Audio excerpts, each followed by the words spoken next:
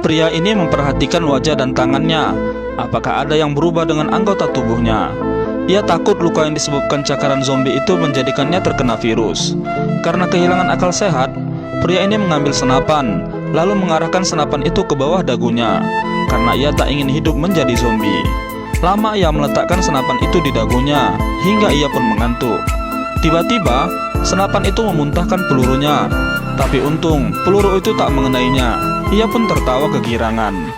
Di pagi harinya, ia menyibukkan diri dengan merawat tanaman. Tapi luka yang diakibatkan zombie itu telah menjadikannya sering berhalusinasi.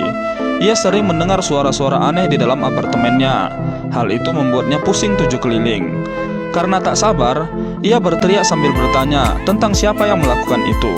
Ia menerobong apartemen-apartemen yang ada di sekitarnya, tapi ia tak menemukan tanda-tanda kehidupan di sana.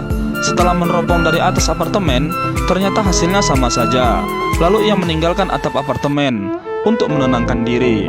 Di dalam apartemen, ia menyiapkan air panas agar bisa berendam karena cuaca amatlah dingin. Sementara, stok makanan di apartemennya sudah sangat menipis. Ia pun tak tahu harus berapa lama lagi hidup seperti ini. Sementara, ia seperti ini sudah 6 bulan.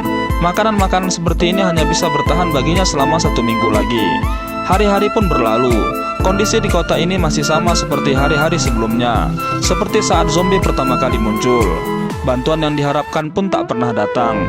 Hanya tumpukan-tumpukan sampahlah yang setiap harinya makin bertambah.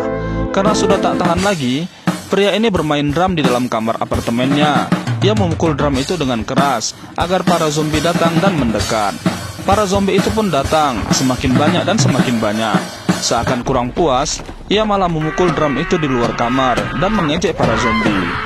Setelah puas, ia pun meninggalkan tempat itu. Di anak tangga ini, pria ini merenung, kenapa nasibnya seperti ini? Tak ada sanak saudara, tak ada teman, tak ada bantuan, tak ada seorang pun yang bisa diajaknya bertukar pikiran. Karena cuma ialah satu-satunya orang yang hidup di kota itu. Di malam hari, ia kembali dikejutkan dengan suara-suara yang berbunyi di sekitar kamarnya. Ia pun mengambil senapannya, lalu menembakkan pintu kamar itu. Tapi tiba-tiba, suara itu menghilang.